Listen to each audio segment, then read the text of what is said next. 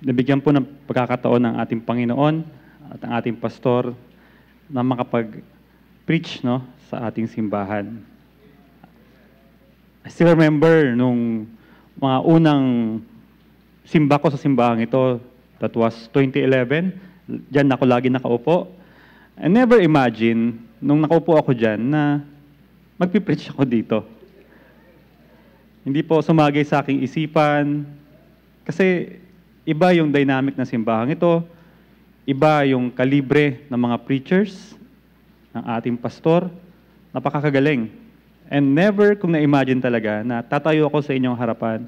At I'm very humbled and papasalamat ako sa ating pastor sa tiwala na binigay niya sa akin. So before we continue, let's recite ang ating pangako sa Panginoong Hesus. Ready recite? Ipamumuhay ko si Jesus bilang aking Panginoon at kapagligtas. Siya ang aking kanlungan sa oras ng problema at kahirapan. Siya ang aking pag-asa sa panahon ng kalungkutan. At ako ay nangangako na hindi ko hahanapin sa ibang lugar, sitwasyon, tao, kayamanan man, ang lahat ng awa at biyayang tanging kay Kristo ko lamang matatagpuan. So ngayong gabi, pag-uusapan natin, God knows. He knows everything about me. God knows. He knows everything about me. Please open your Bible in the book of Hebrews chapter 4, verse 13. Sundan nyo lang ako. Neither is there any creature that is not manifest in His sight, but all things are naked and open unto the eyes of Him with whom we have to do. Let's pray. Ama naming Diyos, makapangyarihan sa lahat, salamat Panginoon sa gabing ito, salamat sa pagkakataon na kami makakapag-aral ng iyong salita. Turuan nyo kami, tulungan nyo kami, i-challenge nyo kami if necessary. Salamat sa kabutihan ninyo. In Christ we pray. Amen. Makakaupo na po tayo. God knows, He knows everything about me. Ang title ng mensahe natin is very straightforward. Very practical.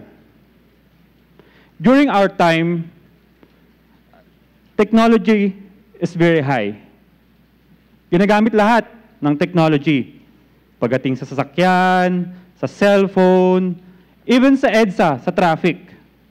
Diba dati, ang mga motor, nung wala pa yung non-contact apprehension, NCAP, misbehave eh.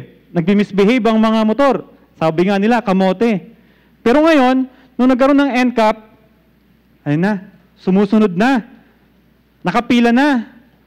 Yung mga tao, sa stoplight, dati, titingin muna. Kung walang nagbabantay at walang mga sasakyan, didiretso. Pero nung nagkaroon ng NCAP, may nagbabantay, sumusunod na, nakapila na, organized na, maayos na.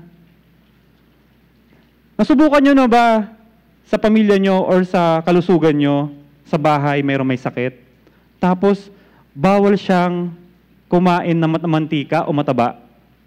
Tapos, mamaya, kumukurot doon sa chicharon. Mamaya, doon sa lechon kumukurot. O kaya mataas ang sugar. Mamaya, nagbubukas ng ref, pag walang tao, walang nakatingin, mataas ang sugar, kumakain. Bakit? Sabi niya, no one will ever know. Wala naman nakakakita eh.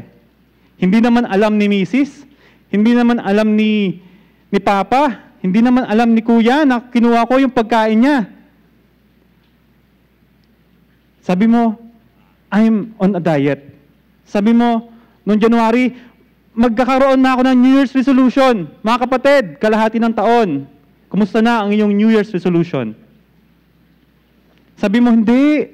Ano lang eh, cheat day lang today.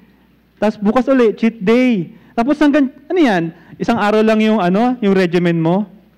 Everyday cheat day? Bakit? Feeling natin, wala nakakakita. Feeling natin, walang nakatingin sa atin. But God already knows kung ano ang ginagawa natin. God knows kung ano ang iniisip natin.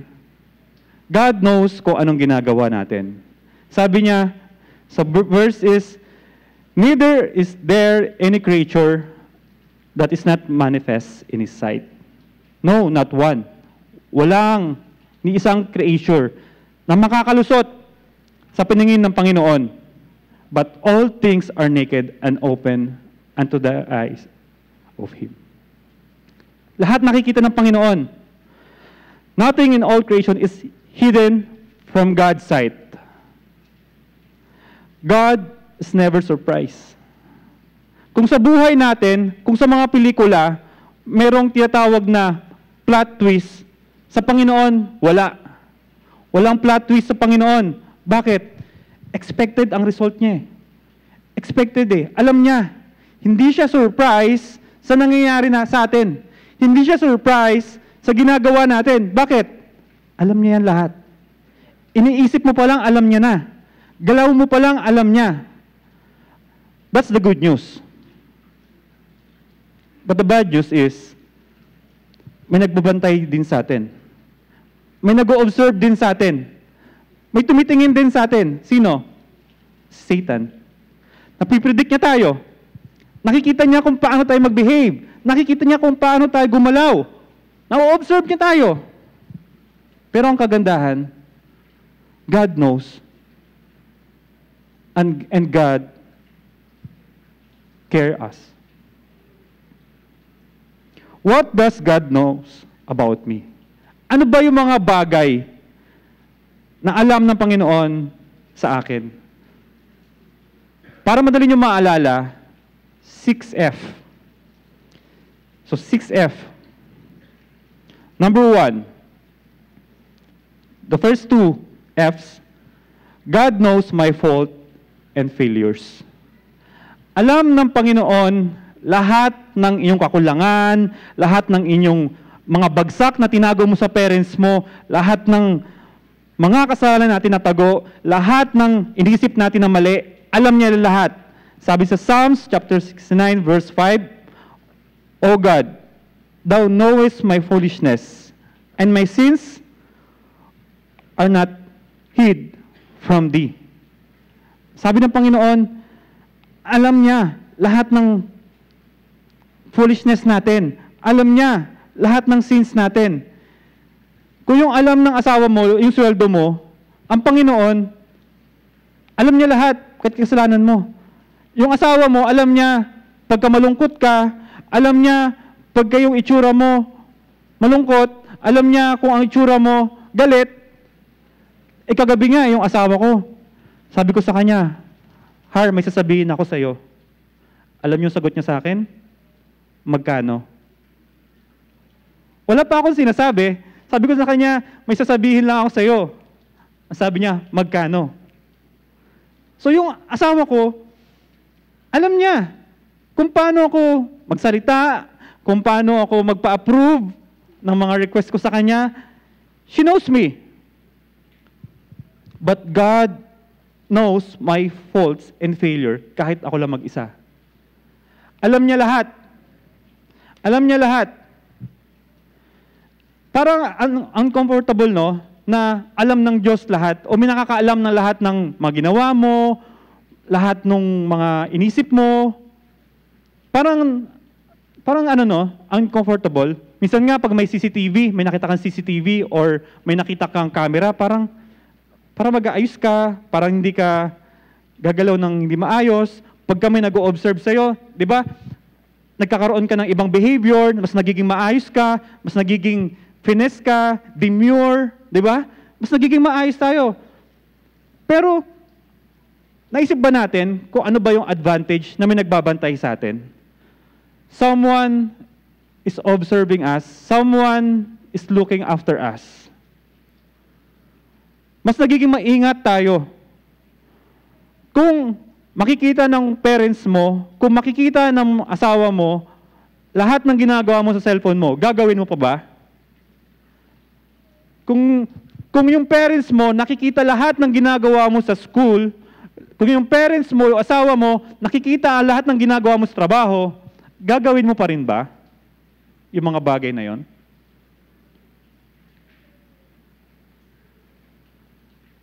My sins, O God, are not hidden from you. You know how foolish I have been. Di ba nakakaya sa Panginoon? Yung mga ginawa natin in the past, yung mga paulit-ulit pa rin natin ginagawa, kahit alam na natin, nadi-disappoint natin ang Panginoon. You're not fooling God when your sin is hidden. Ang dinuloko natin, ang ating mga sarili, mga kapatid. Ang ating loloko, ang ating mga sarili. Bakit? Alam naman ng Panginoon eh. Ang gusto lang ng Panginoon, i-admit mo yung pagkakamali mo. We always say, the first step of solving a problem is recognizing that there is one. Yun lagi ang first step eh, ng pag-solve ng problem. I-recognize mo muna, i-acknowledge mo muna yung mali. Ang dami mong solution, pero hindi mo na-identify yung tamang problema. Yung mali sa buhay natin. We should acknowledge. Yun yung pinakamahirap eh. Pinakamahirap gawin na i-acknowledge na ikaw yung nagkamali. Diba? Mas madali magturo ng iba, siya na naman yung mali eh, hindi ako. At when you tell story, pag nagkukwento tayo sa ating mga kaibigan, siyempre, tayo yung tama, di ba? Pag nagsumbong ka sa parents mo, pag may nang-away sa'yo, siyempre, ang nang-away, yung kalaro mo. Ang nang-away, yung kapatid mo, yung kuya mo, yung ate mo. That's our version of the story. Yun lagi. Pero ano ba yung totoo? Ano ba yung cause ng ating difficulty? Kasi tayo rin naman yung nahihirapan, mga kapatid eh. Pag we don't recognize our failures, our shortcomings, our sins, hindi natin siya makukorek eh. Imagine, example, meron kang tinitake na anti-hypertensive. Yung pala, ang baba ng BP mo, anong mangyayari sa'yo? Babagsak ang iyong blood pressure. Mas lalong babagsak at pwede kang mamatay. Diba? So we need to recognize our sins, our faults, and foolishness. 1 John chapter 1, verse 8, if we say that we have no sin, we deceive ourselves, and the truth is not in us. Ibig sabihin, if you deny your sin, if you don't recognize that you are sinning, alipin ka ng kasalanan. Bakit? Ang katotohanan ay wala sa'yo.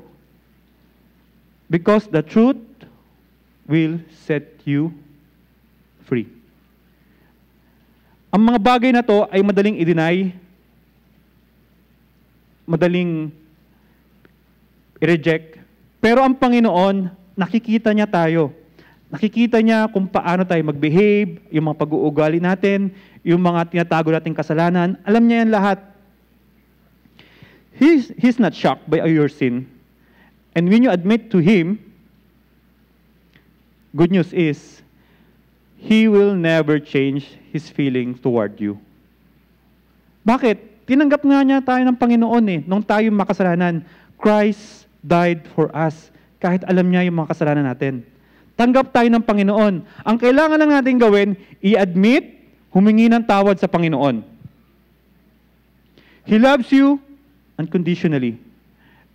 That means you don't have to fake it. You don't have to pretend. Last Monday, I was assigned to have a devotion sa office namin. Kasi every Monday, nagkakaroon kami ng prayer and short devotion. Sabi ko, Lord, ano kaya Lord ang pwede kong i-share sa mga bosses ko? Kasi ang kasama ko, general manager, mga managers. Sabi ko, paano ko kaya to sila madadala sa Panginoon? Kasi ilang weeks na akong na-assign eh, sa devotion eh. Binibiro na nga nila ako dun sa office eh. Na sabi nila, preacher muna, preacher. Preacher, preach. So, nagpray ako sa Panginoon, Lord, ano ba yung dapat kong i-share sa kanila? Kasi one time, nag-share na ako about Moses, about Job. Ang dami ko na na-share. So, now, ano kaya yung kailangan kong i-share sa kanila para maintindihan nila yung kaligtasan? Kahit 5 minutes lang. So, pumunta ako sa John 3:16. And habang nire-recite ko yung John 3:16, may mga sumusunod sa akin. May mga familiar dun sa verse na yon. And dinaan ko yung salvation dun sa John 3:16. And I hope and I pray may mga tumanggap during that time. Pero yung part na yon, sabi ng boss ko, sabi ng general manager namin, sabi niya, yung love ng Panginoon is unconditional. Tulad ng sinabi ng talata kanina. Unconditional. God love us with our unrighteousness, with our shortcomings. Pero ang tao, hindi tayo maiintindihan. Hindi tayo maiintindihan all the time. May hangganan din sila. Meron din silang limitation. At we will affect each other. Very crucial na nagkakasala ka, kahit ikaw lang mag-isa, pero yung spirit mo, yung impact mo sa ibang tao, madadamay. So now, we need to address this one. Yung fault natin, yung foolishness natin, yung mga failures natin, given yan mag-fail ka. Pero kailangan natin bumangon. Kailangan natin mag-recover. Number 2, God knows my feelings and frustrations. God knows my feelings and frustrations. Isa sa mga, di ba, this Friday, magkakaroon tayo ng Father's Day celebration. Ang mga tatay, yung mga problema, tinatago yan Hindi yan usually pag-uwi ng bahay, isi-share, ilalatag lahat ng problema sa trabaho. Hindi. Ang mga tatay, kinikimkim yung mga problema. Yung mga dinadala nilang problema, sinasarili nila. At madalas, feeling nila, nami-misunderstood sila. Nobody knows what I'm going through. Kasi hindi nga nila sinasabi. Ang mga nanay naman, pag nag-share ng problema, ang dami. Ang daming sasabihin yan. Sorry po mas marami pong di ba? Kayong concern sa mga asawang lalaki. Mas marami po kayong hinihinging requirement sa ating mga asawa. Pero yung mga lalaki, feeling nila they are alone sometimes. Sometimes yung mga problema nila hindi na sinishare, sinasarili nila. You know what? Alam ng Panginoon ang feelings mo, ang frustrations mo. Yung anak mong pasaway, alam niya yan Yung asawa mong makulit, alam niya yan He's seen the crisis in your soul. You know what is the definition of crisis? Yung definition ng crisis, nagkakaroon ka ng crisis pagka hindi ka nakaka-adapt sa change. For example, nung first day mo sa school, naalala mo pa ba nung first day mo sa school? Di ba? Gusto mo kasama si mama, si papa. Gusto mo, yung first day mo, nakikita mo sila, hinatid ka, ayaw mo sila pauwiin. Kasi, meron kang crisis. May change nangyayari. Nung pumunta ka naman ng high school, feeling mo, ang liit-liit mo kasi first year ka, yung aabutan mo doon, ang lalaki na, mga dalaga na, binata na. You're experiencing crisis. Nung pumunta ka ng college, parang kung nag-aaral ka sa GTBA, may expose ka sa college, maku-culture shock ka. Ibang environment. You will experience crisis sa work. First day mo sa work, new environment, bagong mga katrabaho, bagong mundo. Performance-based. Bawal malate. You will experience crisis. Adulting. Yung nararamdaman mo na ikaw na nagbabayad ng bills. Dati, si mama at papa nagbabayad ng bills. Ngayon, ikaw na. Ikaw na nagbabayad ng kuryente kasi kumikita ka na. Adulting, parang hindi ka pa ready. You will experience crisis. Sa mga mag-asawa, nung kayo pa lang, parang syempre, hindi ka sanay may katabi sa kama, hindi ka sanay may kasama sa bahay, hindi ka sanay na may ibang nasusunod sa bahay. Kasi ikaw ang head of the family dati, tapos nung nag-asawa ka, si Mrs. na ang nasusunod, hindi pala nagsasubmit sa'yo.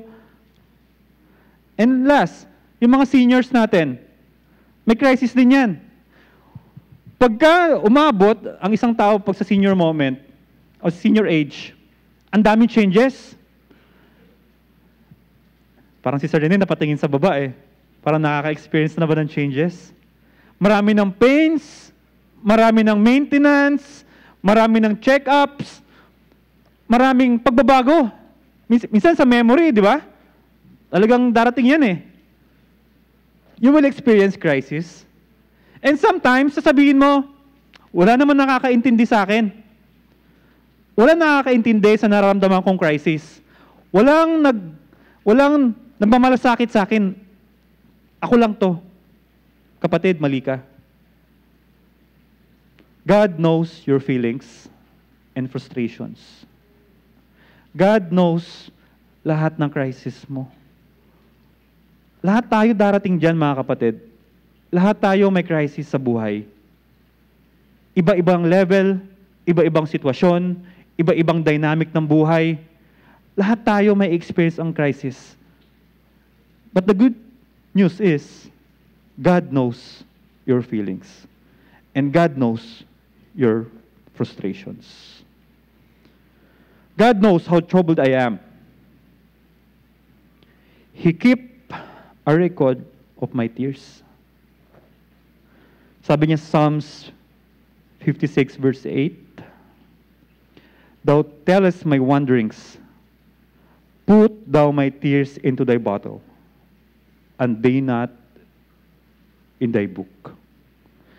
So ang Panginoon, lahat ng tears mo, ina-account niya. Lahat ng difficulties mo, lahat ng challenges mo sa buhay, lahat ng iniyak mo sa Panginoon, ina-account pala niya. Iniipon niya. Ibig sabihin, He cares about you. Concerned siya sa mga difficulty mo. Diba? Sabi niya, put thou my tears into thy bottle, and they not in the book. He accounts all of your tears. Lahat ng mga difficult situation mo. Because God knows your frustrations and despair, you can give those feelings to Him. 1 Peter chapter 5 verse 7, binasa natin kanina, casting all your care upon Him, and He careth for you. I leave all my worries with Him, because He cares for me. And don't take them back. Minsan kasi pinabalik-balikan natin eh. Minsan pag may mga difficult situation tayo sa buhay, meron tayong mga traumatic experience in the past, piniplay natin sa utak natin. Gusto natin ibalik yung mga bad memories. Gusto natin i-recall yung mga bagay na yon. Pero dapat, ibigay mo na sa Panginoon. Cast all your care upon Him. Yun ang kagandahan sa mga Kristiyano eh.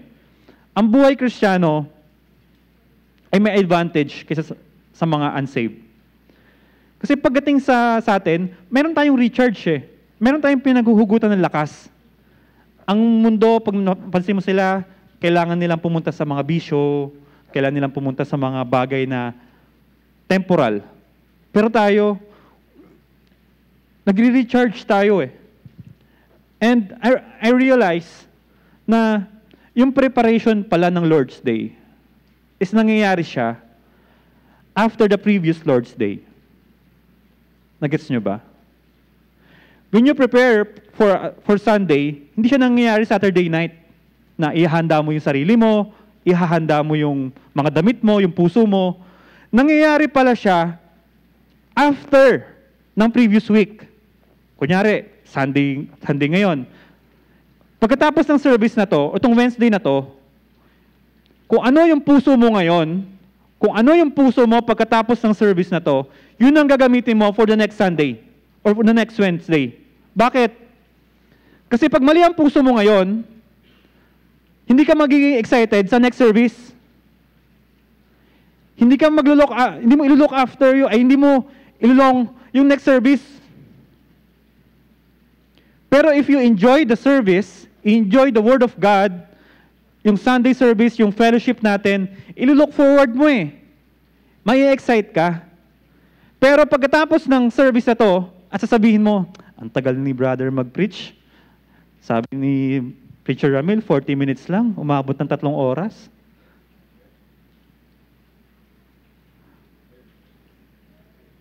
Hindi na ako magsisimba next Wednesday. Tagal mag-preach eh. May pasok pa ako bukas. Ganun pala ang preparation.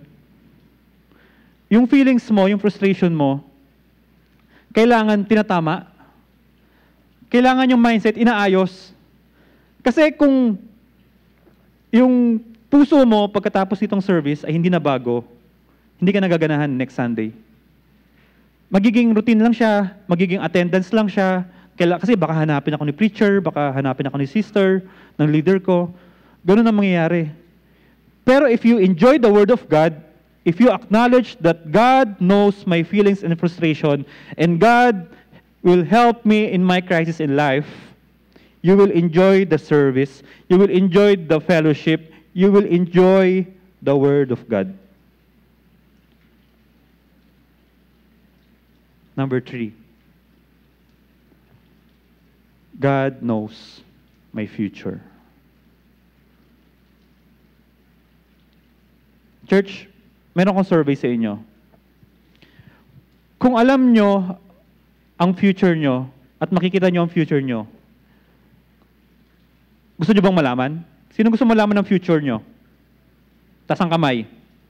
1, 2, 3, 4, 5, 6, 7.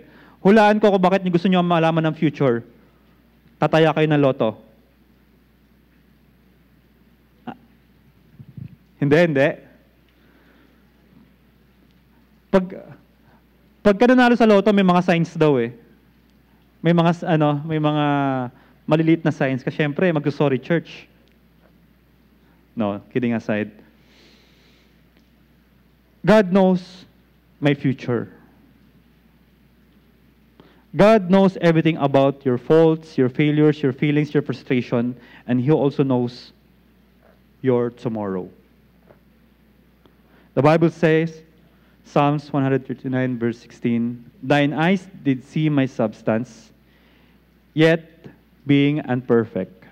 And in thy book all of my members were written, which is continuance were fashioned, when as yet there was none of them. So ano ibig sabihin ng talatang yan? Ng verse na yan?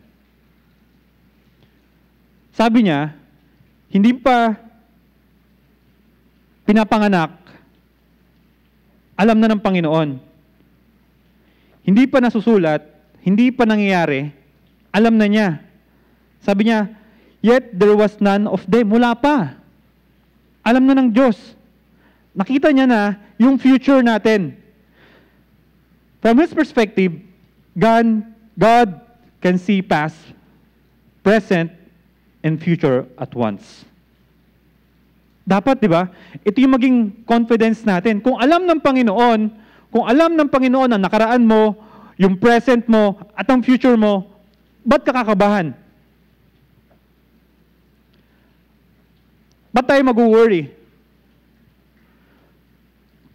Kung alam na ng Panginoon ang future mo, at ang good news is, kasama mo pa siya sa future kung ika'y ligtas. Hindi niya lang alam. Kasama pa natin siya. It's comforting to know this. Diba? Kanina, taas na yung kamay, gusto ko malaman ng future ko. But you know what? Someone knows your future. Someone knows your situation. Someone knows your ending. Ang Panginoon di na masusurprise. As I said kanina, wala nang surprises sa Panginoon. Hindi mo na siya masusurprise. Predictable tayo, alam niya na tayo, kilala niya tayo. God's been there all along and preparing us. He's already in your future and He's prepared for everything. Jeremiah chapter 33 verse 3. Call unto me, and I will answer thee. I show the great and mighty things which thou knowest not. So paano natin malalaman ang future natin? How? The question is, how? Paano natin malalaman ang future natin? Paano niyo tayo masasagot sa ating mga questions? Word of God. Fellowship. Attendance sa church. Fellowship sa mga elders natin, sa mga preachers natin. Alam nyo, malaking tulong ang fellowship natin sa church eh. Kasi yung level of wisdom nila, yung mga na-experience nila sa buhay bilang Kristiyano, ang dami mong mapupulot na lesson sa kanila. Kaya yung mga kabataan, sanayin nyo makipag-engage, makipag-converse sa mga kuya nyo, sa church, sa mga tito nyo. Marami kayong makukuhang knowledge sa kanila and wisdom. Kasi nga, lagi diba, lagi natin sinasabi natin, Pastor, life is short to experience everything. Learn from others. Yung future natin will depend sa ginagawa mo ngayon. Yung future natin we will harvest kung ano yung ginagawa mo ngayon. Yung pag-attend mo sa church, parang feeling mo, ang tagal ko na sa church. Imagine, nagsimula ako dito, 2011. Talagang hindi ko na-imagine na magkasalita ako dito ngayon sa inyo. Nakaupo ako dyan, 21 years old, papasok sa trabaho sa hapon, aatin lang ng umaga. You will never imagine kung ano mangyayari sa future. Pero si God, siguro nung naupo ako dyan at nakikinig kay Pastor, alam na ng Panginoon na mag-preach ako ngayong araw. Nakita niya na to. Paano pagka iba yung ginawa ko? Paano pagka nag-backslide ako? Paano pagka hindi na ako nag-church? Paano pagka hindi nagsimba? Hindi na ako nakikipag-fellowship? Paano pagka dinetouch ko ang aking sarili? Paano pag in-isolate ko ang aking sarili? Ano kaya yung naging future ko?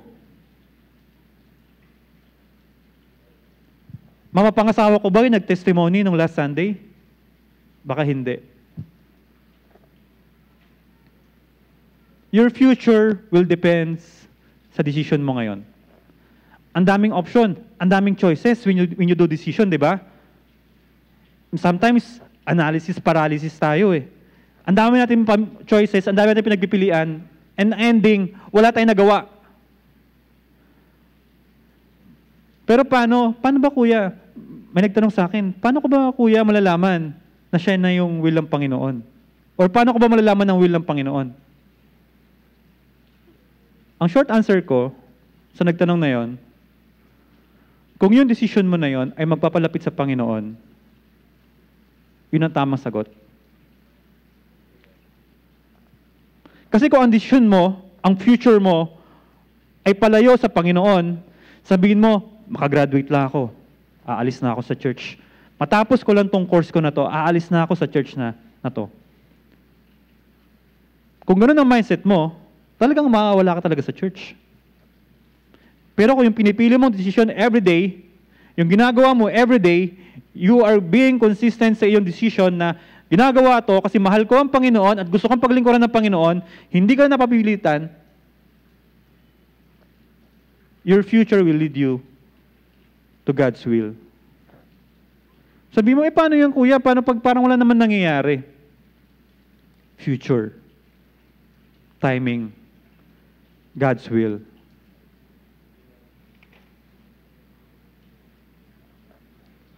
When you get up in the morning, ito yung gagawin nyo. I suggest. Pagising nyo sa umaga, since naiintindihan na ng Panginoon, or alam na ng Panginoon ang future mo, ang prayer mo is this: Lord, yung may experience ko today, nakita mo na to. Lord, yung prayer ko, tulungan mo ko sa may experience ko today. Bigyan mo ako ng wisdom, i-guide mo ko kung paano ko i-handle ang araw na to. Bakit? God knows our future. Alam niya yung mangyayari. So nakita niya na yon. When you ask God for wisdom, He will guide you. He will lead you closer to Him. Kasi alam niya na eh. Nakita niya na. He knows the future. So kailangan natin gawin, i-recognize ang power ng Panginoon.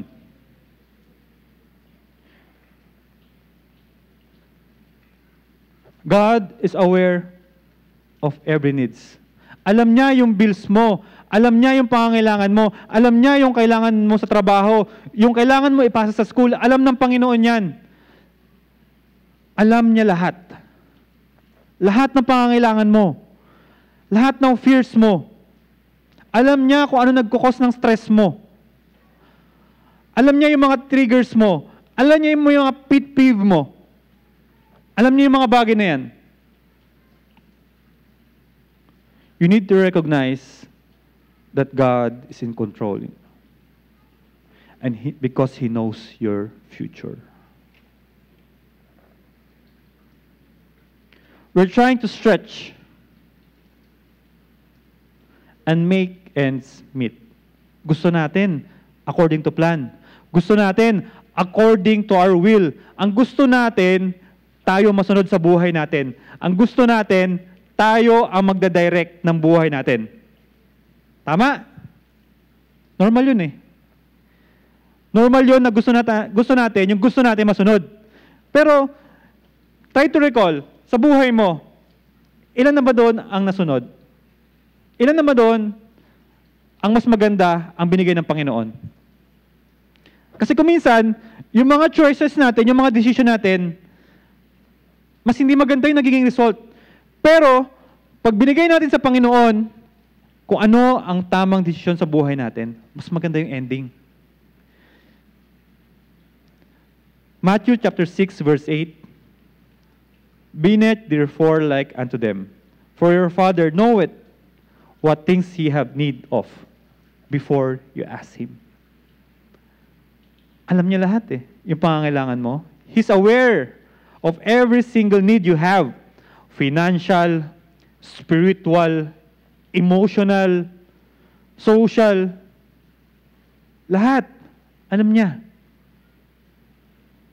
Kailangan mo lang gawin? Do God's will.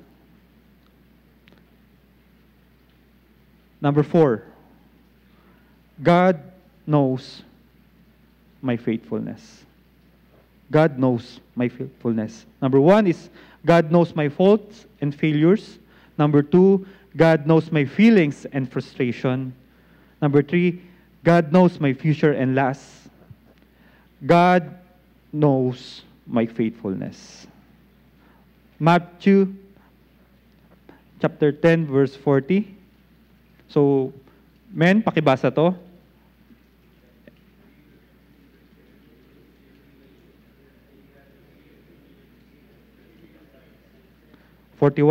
Take this, please.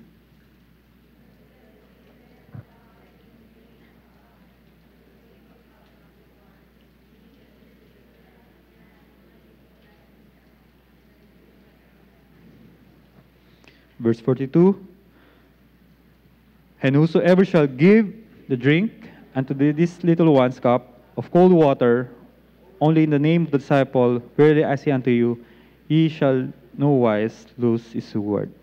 Dito pala, sinasabi sa verse 41, na may panag-serve ka sa prophet, yung prophet's reward, katumbas niya. Panag-serve ka sa righteous man, shall receive a righteous man's reward. When you serve to God, to Christ, iba din ang reward. Ito yung pinaka-challenge sa isang Kristiyano eh. Ang challenge sa atin, pag nasa kalagitnaan tayo ng laban, anong gusto po sabihin? Diba, nung bago tayo mananampalataya, ang init natin. We are all fired up. Lahat tayo mainit, active, masipag, lahat. Pero yun nung sa kalagitnaan ka na ng journey, yung parang nagiging routine na ang lahat, yung parang nagiging cycle na lang ang pagiging Kristiyano. Yung wala kang problema, pero nakakaraos lang sa araw-araw, okay lang, parang, kumbaga sa term natin is plateau. Nagpa-plateau na. Flat na, flat. Walang bagyo, kalmado lang ang tubig. Yun ang isa sa challenge sa atin eh. Parang feeling natin, wala nang result yung ginagawa natin. Hindi natin nakikita yung progress. Doon tayo madalas bumibigay eh, during the plateau stage. Kasi pagka may pagsubok, mainit tayo, kapit tayo, prayerful tayo. Lagi ka na sa church. Pero pag nagplateau na, yung ginagawa mo, hindi na umuusad, hindi ka na nagpo-progress, hindi ka na nag-grow. Doon tayo madalas bumibigay eh. Alam ng Panginoon yung mga ginawa mo kahit wala nakakakita. Hindi mo kailangan magpakitang gilas sa tao eh. Kasi ang Panginoon, puso mo pa lang alam niya na. Kung kanina nakita niya lahat ng tears mo, lahat ng fault mo, lahat ng sins mo, lahat ng future mo, alam niya na. Yung faithfulness mo pa kaya. He sees everything you do. He knows your temptation. He knows your sins. And of course, God knows your faithfulness. Yung nag-encourage ka ng kapatiran na gusto nang bumitaw, nakita ng Panginoon yan eh. Yung paglilinis mo sa church na wala nakakita, nakita ng Panginoon yan. Yung pag-aayos mo ng bulaklak, kahit ikaw lang mag-isa, wala kang kasama, nakita ng Panginoon yan. Yung pag-serve mo, yung pag-soul winning mo, kahit wala nakakita, alam ng Panginoon yan. Yung mga niresist mong temptation, alam ng Panginoon yan. Yung pinili mo, iniwasan mo ang kasalanan, alam ng Panginoon yan. We need to be faithful daily. Yun ang challenge sa atin mga Christians eh. Lalo sa mga matatagal na Kristiyano, kung paano maging faithful daily. Minsan kasi, nagiging Sunday Christian tayo. Kung ano lang yung Sunday, doon lang tayo maging maayos. But the rest of the week, pasaway tayo, nag-misbehave tayo, lumalayo tayo sa Panginoon. We need to be faithful daily. Bakit? Madalas kasi, yung setbacks natin, pagka nagkaroon ka ng isang window na nag-fail ka or nagkaroon ka ng failure, doon ka nalalayo eh. That's the opportunity of the devil eh. Kaya, mahirap man yung maging consistent sa ating faithfulness, pero kailangan natin gawin mga kapatid. Kung gano'n mang kaliit, kalaki yung ginagawa mo, nakita ng Panginoon. Galatians 6:9, and let us be weary in well-doing, for in due season we shall reap if we faint not. There's time for everything.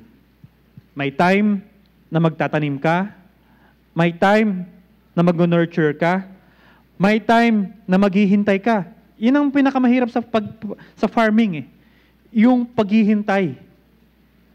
Yung paghihintay ng harvest. Madali ang step ng planting, madali ang step ng nurturing, pero yung waiting ng harvest, doon madalas naiinip ang mga Kristiyano eh. Doon madalas tumitiklop ang mga Kristiyano sa paghihintay.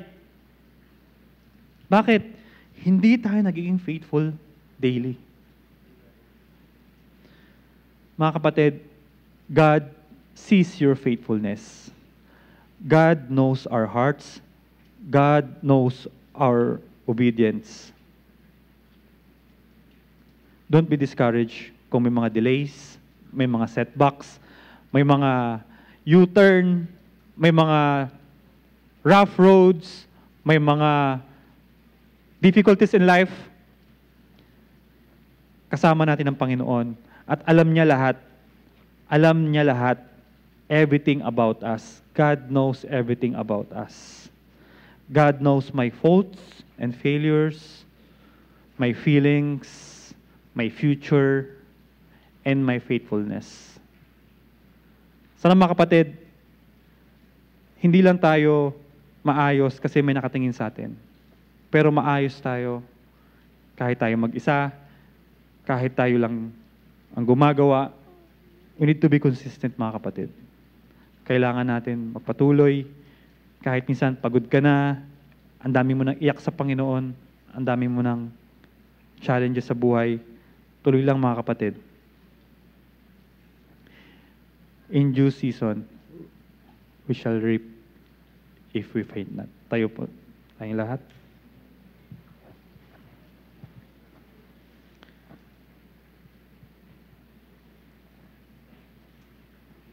Ama naming Diyos, makapangyarihan po sa lahat. Salamat, Panginoon, sa inyong itinuro sa amin, Panginoon, na alam nyo lahat ng mga bagay sa amin, yung aming